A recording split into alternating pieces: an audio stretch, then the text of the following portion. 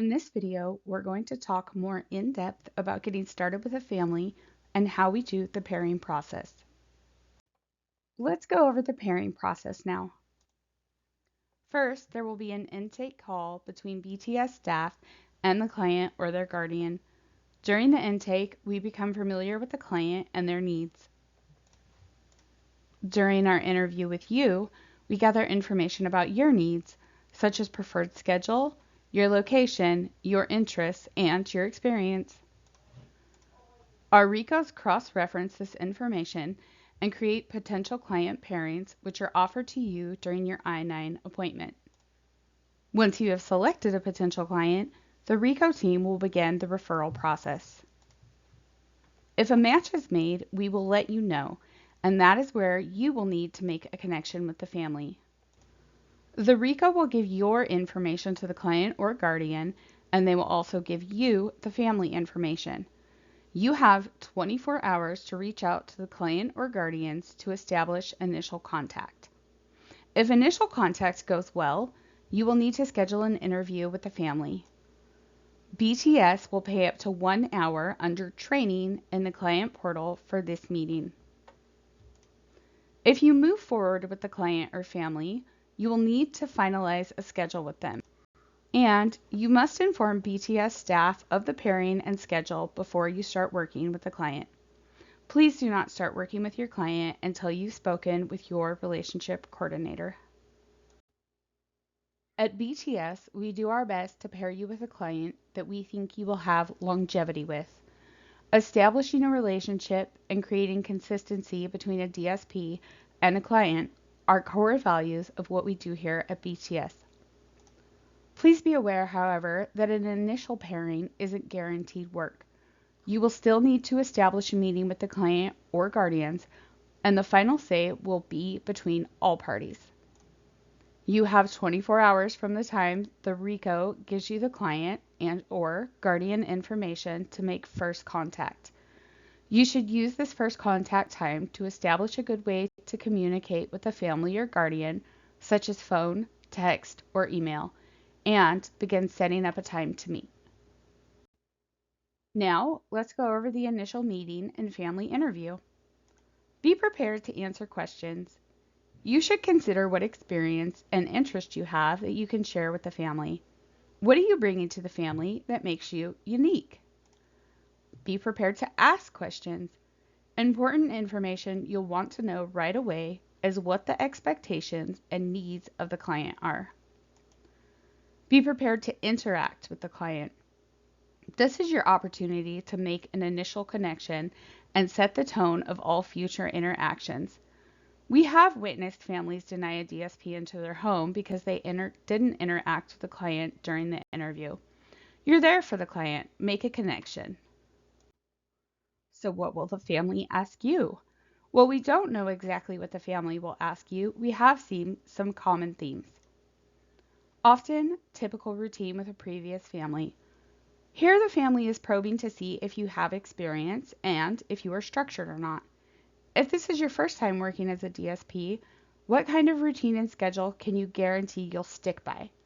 Highlight that you're dependable and willing to adhere to a routine that fits the need of the client and family.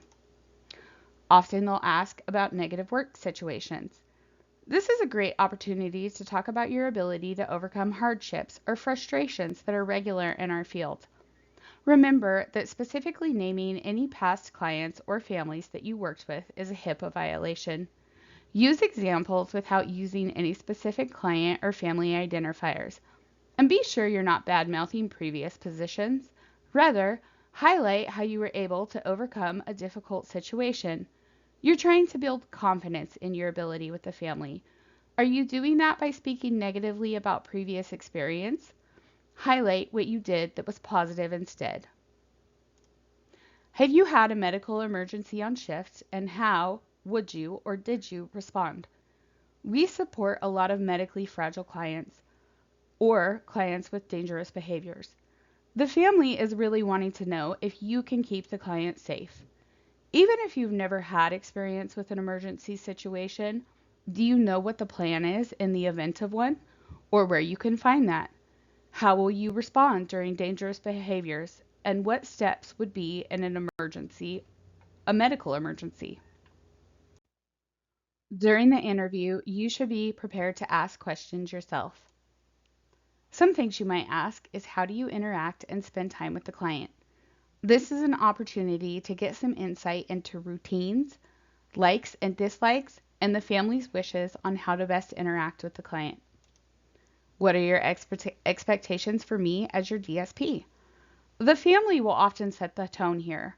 Are they looking for a professional DSP or looking for a more impersonal and caring touch? Do you have any concerns or hesitations about a DSP working with your family? This is an area where you'll get insight into how to relieve any concerns or worries the family might have about a DSP being in their home.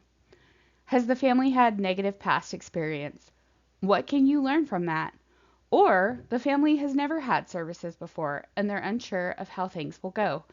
What can you do to ease some of those concerns? Danica has put together a list of interview questions that will help you when meeting a family. We will not cover all of the items in this presentation, but you can get a copy of these questions during onboarding. Please be sure to ask for this list from your compliance specialist. To close out this video, I'd like to highlight a few things. We do our best to start communication between you and the family. We also reach out to you and the family routinely to see how things are progressing. However, we need you to initiate contact with us when it's appropriate. In order to support you and the client best, open communication is required. Please don't hesitate to contact BTS when you need.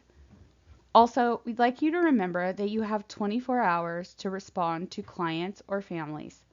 You also have 48 hours to respond to BTS staff.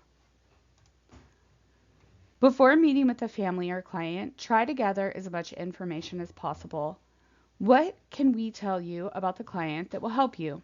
Diagnosis, location, any special or unique situations that you need to be aware of. You can reach out to us for this information. Also, consider how you will respond to questions and what questions you're going to ask during the interview. Refer back to the interview questions we provided if you're unsure. Well, you may desire to work Monday through Friday, 9 to 5. That may not line up with what the client needs.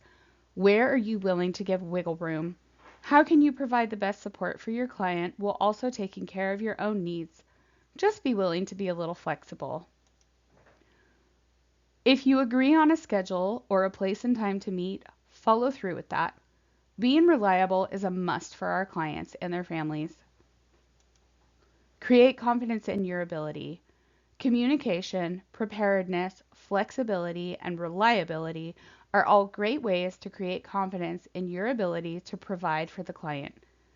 Even in new situations, if the family views you as competent to provide those things, it will help ease any hesitation. Remember that you are representing BTS and yourself. Set the bar for excellence.